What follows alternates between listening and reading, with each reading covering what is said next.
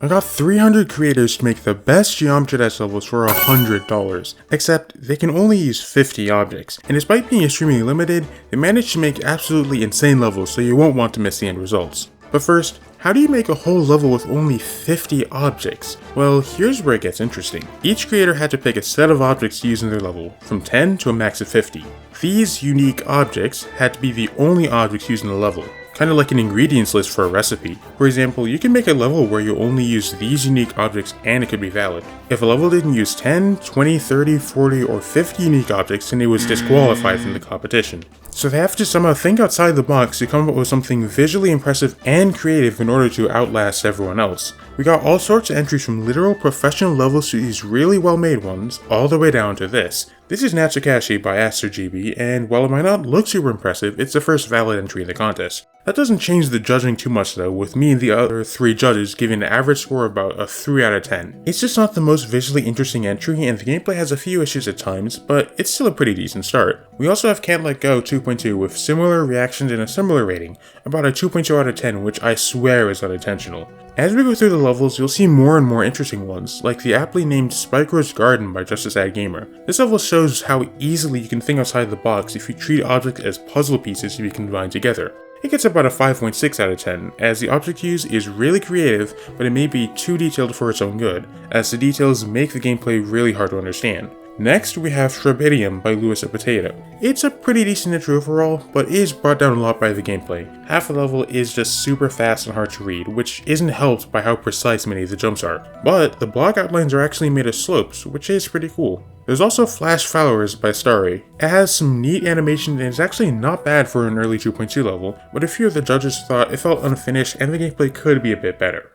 One thing I didn't mention is how powerful Update 2.2 is for this challenge, and you can use objects for all sorts of unintended purposes. It's no surprise that most entries were made once the update was released. One of these levels is Bite, an insanely calm level made by Delts. This literally looks like a professional level and has a feature rating, and yet the majority of the level is just a bunch of lines and squares. Its impressive quality gives Bite a 7.9 out of 10, putting Delts in the lead now, but there are still 4 major entries to go through now. This next entry was really interesting though.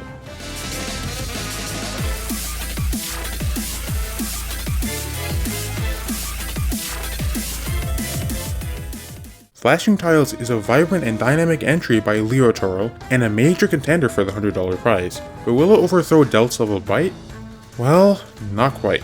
Now don't get me wrong, Flashing Tiles is really good and well put together, just not enough to take the lead. And the same goes for our next entry, Explorers, which is more on the simplistic side, but still fairly good quality. Some more balanced gameplay would have fared better here, although its ideas are pretty interesting.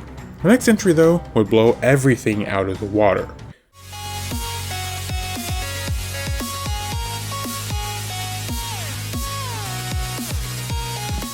This is Blinding Lights by Alexia and Splinter25, which is my most anticipated entry, and by far the cleanest looking level here. The gameplay is a bit learny, but it's quite fun once you get the hang of it, which makes sense as this is a more difficult level.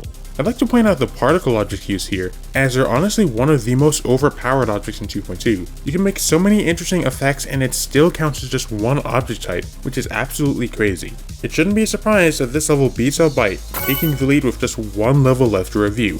And finally, there's Hearth by Vetjam.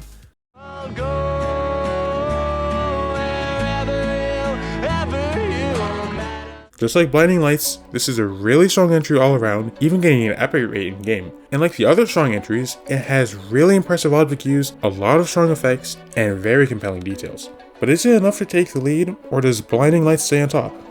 Well, let's look at the scores from each judge. From me, Blinding Lights gets a 9 out of 10, with Hearth getting an 8.5. And from the other judges, Blinding Lights got 8, 8.4, and 8.6. Hearth got an 8.2, 8.4, and a 9 from them, which just barely edges it into first place and makes Vetjam the contest winner. This was incredibly close, but there's still a silver lining as Splinter, Alexia, and Delt still get rewards for placing in second and third place. If you want to participate in future events or just learn more about using objects in cool ways, consider joining our Discord server in the description. Thank you so much for watching.